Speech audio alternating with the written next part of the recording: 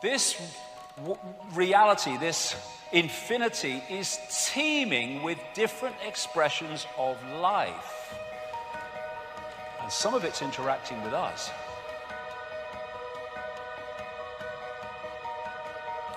Professor of mathematics and astronomy at Queen's Mary University, London, Bernard Carr, he said, our consciousness interacts with another dimension, actually many other dimensions.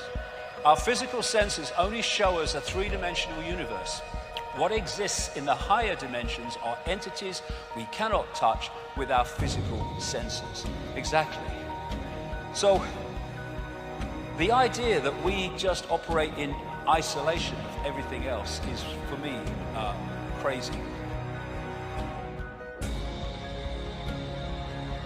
This reality that we're experiencing has been hijacked by a force that some ancient people call Archons, but there's different names right across the ancient world for the same force, the same entities. This is when the penny drops, when all these different names for the gods all over the world turn out to be different names for the same force, because they're described in the same way. And all over the world you see this. In the Far East, Central America and other places, they're known as the serpent gods. The Zulus call them the Chitahuri, the children of the serpent. They're the Anunnaki in Sumer, Babylon, now Iraq. They're our snake brothers to the Hopi people of North America. They're the star people, many examples of that. They are the demons of Christianity. To the Gnostics, they are Archons. And to the Islamic and pre-Islamic world, they're called the jinn. And in their prime form, they are energetic in nature, but they can take form, as I will talk about. So, like I say, they're described so much in the same way, because they're different names for the same thing. So, the Gnostic people, not the Christian Gnostics, the pre-Christian Gnostics, that ran the great library at Alexandria, and they also manifested as the Cathars in southern France.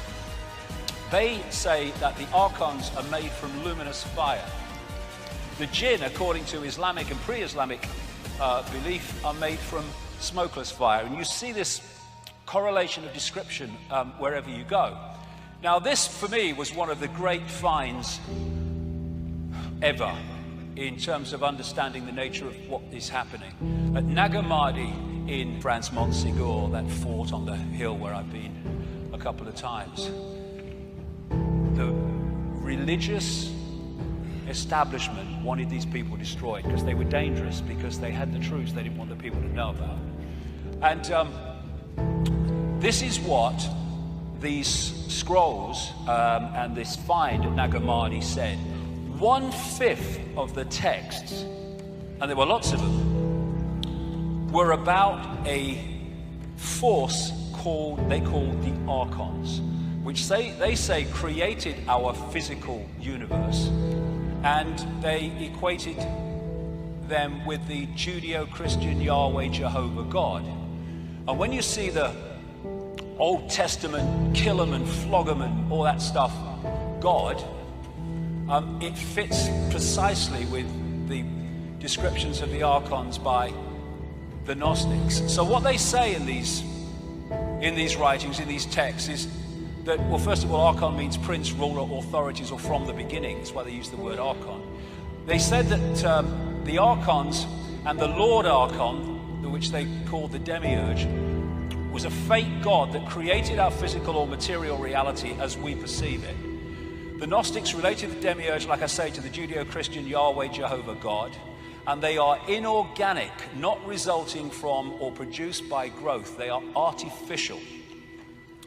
And they say in these texts that they created the inorganic parts of the solar system, but that the sun, the moon, and the earth were a system that were of itself and different from the rest, which was kind of interesting with what will come later. They said that the Demiurge Archons had no creative imagination and envy humans because we have. They're like cyborgs. Again, we're coming back to the inorganic. Like cyborgs, a robotic race that can imitate but not innovate. And the word they used was counter-mimicry. Now, what they were saying, in effect, is if you gave these Archons a blank sheet of paper, they could create nothing on it. They don't have that creative imagination, that what was called intentionality. But you give them something with a piece of paper with something on it, and they can twist it and manipulate it once it exists. And they used the term fantasia, because these entities, they said, just as the Islamic people say about the jinn, have the ability to create virtual reality illusions. They're mind parasites. They possess humanity and manipulate the way they perceive everything. And they say the word you could use more than any about the Archons was deception. They are deceivers. And what they create is an inversion of the natural order, which will become so crystal clear as we go along. Why? Interesting, like we see these different names, and actually for the same thing. The classic Satan is called the deceiver, and the demon of demons, as this demiurge is called the Archon of Archons, the Lord Archon. Now, as I've kind of studied this and put it together, it seems to me that what we're looking at is what I would call a self-aware distortion, and it's self-aware inversion. Everything is conscious. Even a distortion is conscious. Even an inversion is conscious, but it's conscious in a way that reflects the inversion and the distortion. And if you look at what we call evil, it is live written backwards. Evil is simply an inversion of life, an inversion of perception, and evil is extreme ignorance, which is the inversion of truth and awareness. And because this force, this archontic force, shall I call it, is an inversion of life, that's why it and anything attached to it is obsessed with death, which is an inversion of life. And so you get the Satanists who worship these gods in their rituals obsessed with death. That's why they're attracted to churchyards and cemeteries and stuff. And so the death cult, which is what this archontic force and its followers are, is about destroying. It's about killing. And whereas the natural order is about life and abundance. And so when you look at the way the system, the archontic system that I'll come to, is destroying life, it's destroying life in war, but it's destroying life, the natural world. And it seems a contradiction, but it's not, because that's their world. The Archon world, described by the Gnostics, is one of death, one of no creative imagination. It's a death cult, and all this pollution and environmental devastation is absolutely what it wants, because that's its reality. And the other thing about the archontic mind is it's what we call psychopathic. They're psychopaths, the definition of which is this: no empathy, no remorse, no empathy, no ability to put themselves in the feelings of those that suffer the consequences of their actions. Once you have no empathy, you have no limit to what you will do, because you have no emotional consequence for doing it. No remorse for what you do, no shame. Parasites overwhelmingly. Why? Because they have no creativity of their own, so they have to parasite off the creativity of the target population. That's what the system does. Look at banking. What else is that but an exercise in parasites?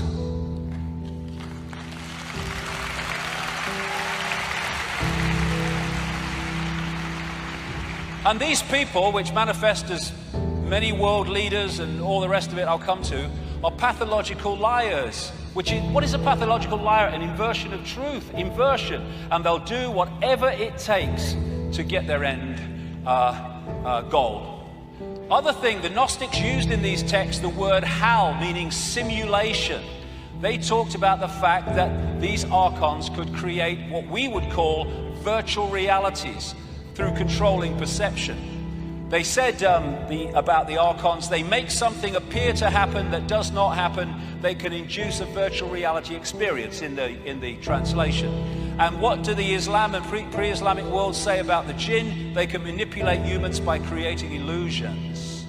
This will become big time relevant the longer we go into this 2 hours. So we're back to this, that what our reality does or is, it's possibilities and probabilities folded into existence by perception. So this whole archontic system is about programming our perception, programming a distortion of our perception, an inversion of our perception, which is why we live in a madhouse, because it's an inversion of the natural order. So the idea is to disconnect the human mind, the human droplet, from the ocean, and lock us into this tiny set of frequencies, which then we perceive as all that there is to see, and gotcha. Now, before this, what I call hack, and you'll see why I say hack shortly, there was another world described by the ancients, and very much along the lines of the Avatar movie and the Na'vi, the blue people, and how they interacted with the natural world, how they communicated with animals, how they communicated with each other beyond speech. And what the Gnostic texts say is that the Archons made a bad copy, as they describe it, of our original reality.